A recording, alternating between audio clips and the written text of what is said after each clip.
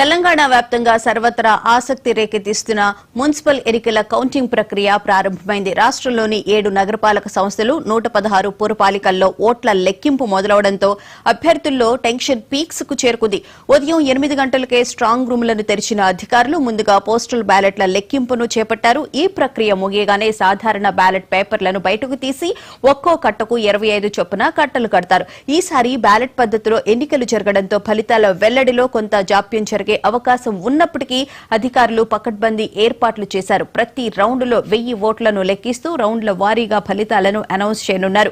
ముఖ్యంగా కరీంనగర్, నిజామాబాద్ వంటి కార్పొరేషన్లలో 4 రౌండ్ల పాటు లెక్కింపు సాగనుంది. మరోవైపు అలంపూర్ వంటి చిన్న మున్సిపాలిటీల్లో మొదటి రౌండ్లోనే విజేత ఎవరో తేలిపోయే అవకాశం ఉంది.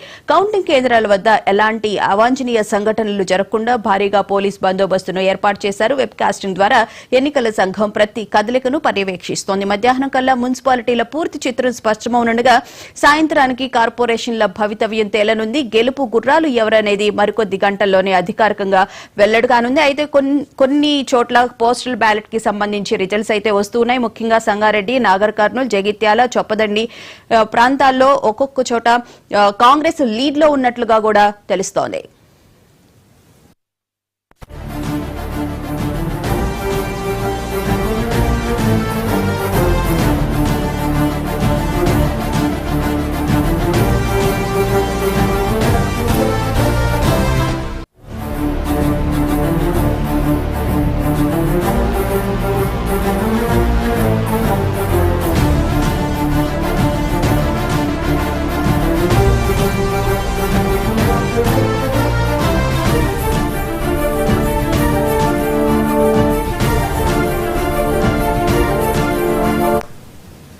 నల్గొండ జిల్లాలో పోస్టల్ బ్యాలెట్ లెక్కింపు అయితే ప్రారంభమైంది. అక్కడ పరిస్థితి ఏంటి అనే విషయాలను మా ప్రతినిధి రాము అందిస్తారు. మున్సిపల్ ఎన్నికల కౌంటింగ్ ప్రక్రియ ప్రారంభమైంది. కొద్దిసేపటి నుంచి కూడా ఇటు ఏజెంట్లు కావచ్చు, అభ్యర్థులు ఎవరైతే ఉన్నారో పోటీ చేసిన అభ్యర్థులందరూ కూడా లోనికి వెళ్ళినటువంటి పరిస్థితి అయితే ఉంది. మొత్తంగా దీనికి సంబంధించినటువంటి ముందుగా పోస్టల్ బ్యాలెట్లకు సంబంధించినటువంటి కౌంటింగ్ను ప్రారంభించినటువంటి పరిస్థితి అయితే సిచ్యువేషన్ అయితే ఉంది. అనంతరం 25 చొప్పున కూడా బండిల్స్ కడతారు. ఈ బండిల్స్ కట్టిన తర్వాత టేబుల్ల మీద ఒక్కొక్క వార్డుకు ఒక్కొక్క టేబుల్ కూడా ఏర్పాటు చేయడం జరిగింది. ఉమ్మడి నల్గొండ జిల్లాలో ఉన్నటువంటి 17 మున్సిపాలిటీలు ఒక కార్పొరేషన్కు సంబంధించినటువంటి కౌంటింగ్ ప్రక్రియ కోసం ఏదైతే ఉమ్మడి నల్గొండ జిల్లాలో 5 కౌంటింగ్ కేంద్రాలను ఏర్పాటు చేయడం జరిగింది. మొత్తంగా 1737 మంది అభ్యర్థుల భవితవ్యం మరికొద్దిసేపట్లో తేలనుంది. మొత్తానికి నల్గొండ కార్పొరేషన్కి సంబంధించినటువంటి కౌంటింగ్ కోసం ఈ నల్గొండలోని ఆర్జాలాబావి వేర్ హౌస్ గోడౌన్లో ఏర్పాటు చేయడం జరిగింది. ఇక చిట్యాల, దేవరకొండ, చండూరు మున్సిపాలిటీలకు సంబంధించినటువంటి ఓట్ల లెక్కింపును నిడమనూరు సోషల్ వెల్ఫేర్ స్కూల్లో నల్గొండ సమీపంలోనే ఏర్పాటు చేయడం జరిగింది. ఇక మిర్యాలగూడ, హాలియా, నందికొండ కౌంటింగ్కు సంబంధించినటువంటి కేంద్రాన్ని మిర్యాలగూడ మండలంకి సంబంధించి అవంతిపురం మార్కెట్ యార్డ్లో ఏర్పాటు చేశారు. ఇక సూర్యాపేట, తిరుమలగిరి, కోదాడ, హుజూర్ నగర్, నేడుచెర్ల కౌంటింగ్ కేంద్రాన్ని సూర్యాపేట ఎస్వి ఇంజనీరింగ్ కళాశాలలో ఏర్పాటు చేయగా ఇక భువనగిరి, చౌటుప్పల్, మోత్కూరు, భూదాన్ పోచంపల్లి, ఆలేరు, యాదగిరిగుట్ట కౌంటింగ్ కేంద్రాన్ని భువనగిరిలో ఏర్పాటు చేశారు. మొత్తంగా 5 కౌంటింగ్ కేంద్రాలను ఏర్పాటు చేయడం జరిగింది. ఇక్కడ ఈ కౌంటింగ్ కేంద్రాల వద్ద సీసీ కెమెరాలతో పాటు ఎప్పటికప్పుడు కూడా కౌంటింగ్ సంబంధించినటువంటి ప్రక్రియను వెబ్ కాస్టింగ్ సాయంతో కూడా కమాండ్ కంట్రోల్ రూమ్లకు అటాచ్ చేయడం జరిగింది. ఉన్నతాధికారులు ఏదైతే కౌంటింగ్ సరళిని కూడా ఎప్పటికప్పుడు పరిశీలిస్తామని చెప్తున్నారు. ఇక భారీ భద్రతను కూడా ఏర్పాటు చేసినటువంటి పరిస్థితి సిచ్యువేషన్ ఉంది. ఇక కౌంటింగ్ తర్వాత గెలిచిన అభ్యర్థులు ర్యాలీలకు నిషేధం అని చెప్పేసి కూడా ఇటు పోలీసులు ప్రకటించారు. మొత్తంగా ఉమ్మడి నల్గొండ జిల్లాలో చూసుకున్నట్టయితే నల్గొండలో 3,07,000 ఓట్లు ఉండగా 2,40,000 ఓట్లు పోలయ్యాయి. ఇక యాదాద్రి భువనగిరి జిల్లాకు సంబంధించి 1,30,000 ఓట్లు ఉంటే 1,13,000 ఓట్లు పోలైనాయి. సూర్యాపేట జిల్లాలో 2,19,000 ఓట్లు ఉండగా 1,75,000 ఓట్లు పోలైనటువంటి సిచ్యువేషన్ ఉంది. మొత్తంగా గతంలో 79% నమోదవుతాయి. ఈసారి 78% పోలింగ్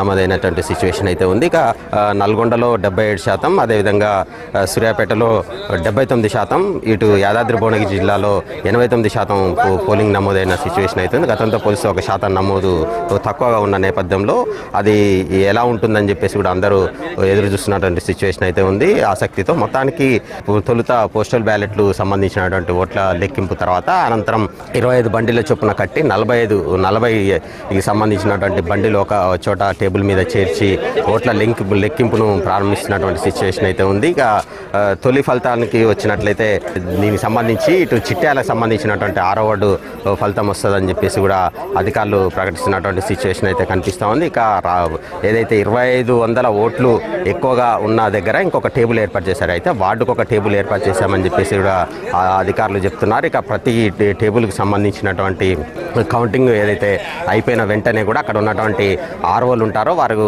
నమోదు చేసుకొని ఇటు అభ్యర్థుల సమక్షంలోనే వారికి చూపిస్తున్నటువంటి సిచ్యువేషన్ అయితే ఉంటుంది. ఇక మొత్తానికి సంబంధించి పూర్తి స్థాయిలో ఎటువంటి అవాంఛనీయ ఘటనలు జరగకుండా పోలీసులు కూడా భారీ భద్రతను ఏర్పాటు చేసినటువంటి సిచ్యువేషన్ అయితే ఉంది. ఓవరాల్గా చూసుకుంటే ప్రశాంతంగా కౌంటింగ్ అయితే ప్రారంభమైనటువంటి సిచ్యువేషన్ అయితే కనిపిస్తూ ఉంది. కెమెరా పర్సన్ జనార్దన్తో కలిసి రాము, మహాన్యూస్, నల్గొండ.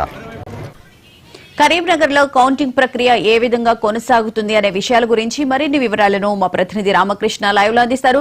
రామకృష్ణ, చెప్పండి, పోస్టల్ బ్యాలెట్ కి సంబంధించి అప్డేట్ ఏమైనా వచ్చిందా? ఎందుకంటే కొన్ని చోట్ల కాంగ్రెస్ లీడ్ లో ఉన్న వార్తలు కూడా మనం చూస్తున్నాము. ప్రస్తుతం ఏంటి అక్కడ సిచ్యుయేషన్? పోస్టల్ బ్యాలెట్ లెక్కింపు కరీంనగర్ లో పూర్తయింది. కరీంనగర్ లో ఒకసారి మనం పరిశీలిస్తే కనుక కరీంనగర్ లో 66 డివిజన్లు ఉండగా 64 డివిజన్లలో పోస్టల్ బ్యాలెట్ల లెక్కింపు అయితే పూర్తయింది. మరో 2 డివిజన్లు ఇంకా పూర్తి కావాల్సి ఉంది.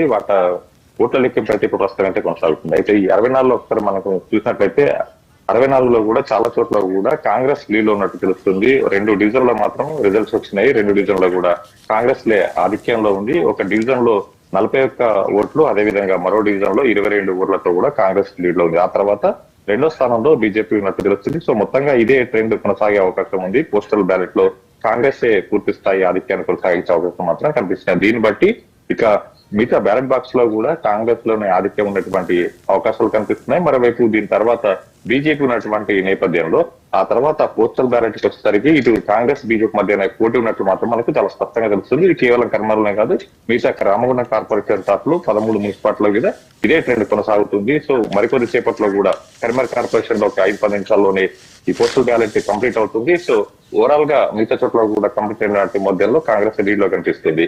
ఇక ఏదైతే ఇంకో మరో 2 గంటల పాటు బ్యాలెట్ బాక్స్ సంబంధించినటువంటి ఈ బండిల్స్ కట్టేటువంటి ప్రక్రియ మాత్రం ప్రస్తుతం అయితే కొనసాగుతుంది. ఇది ఒక మరో 2 గంటలు కొనసాగే అవకాశం ఉంది. ఎందుకంటే ఇది చాలా లాంగ్ ప్రాసెస్.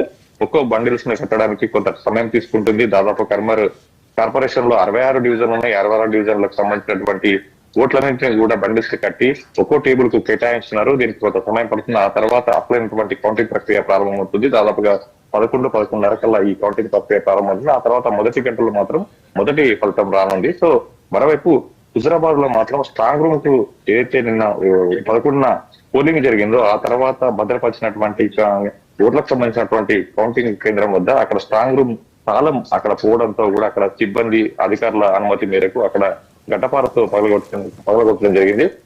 అయితే దీనిపైన కొంత అక్కడ ఎవరైతే వివిధ పార్టీకి చెందినటువంటి అభ్యర్థులకు వచ్చినటువంటి నేపథ్యంలో అధికారులే స్వయంగా వచ్చి కూడా అక్కడ సిబ్బంది చేత కూడా గడ్డపారతో పగలగొట్టి ఆ తర్వాత స్ట్రాంగ్ రూమ్ ను ఓపెన్ చేసి వాటి అన్నింటిని కూడా తీసుకురావడం జరిగింది. ఆ ప్రస్తుతానికైతే ఈ కౌంటింగ్ ప్రక్రియ కూడా కొనసాగుతుంది. సో మొత్తంగా ఇటు ఒకవైపు కౌంటింగ్ జరుగుతుండగా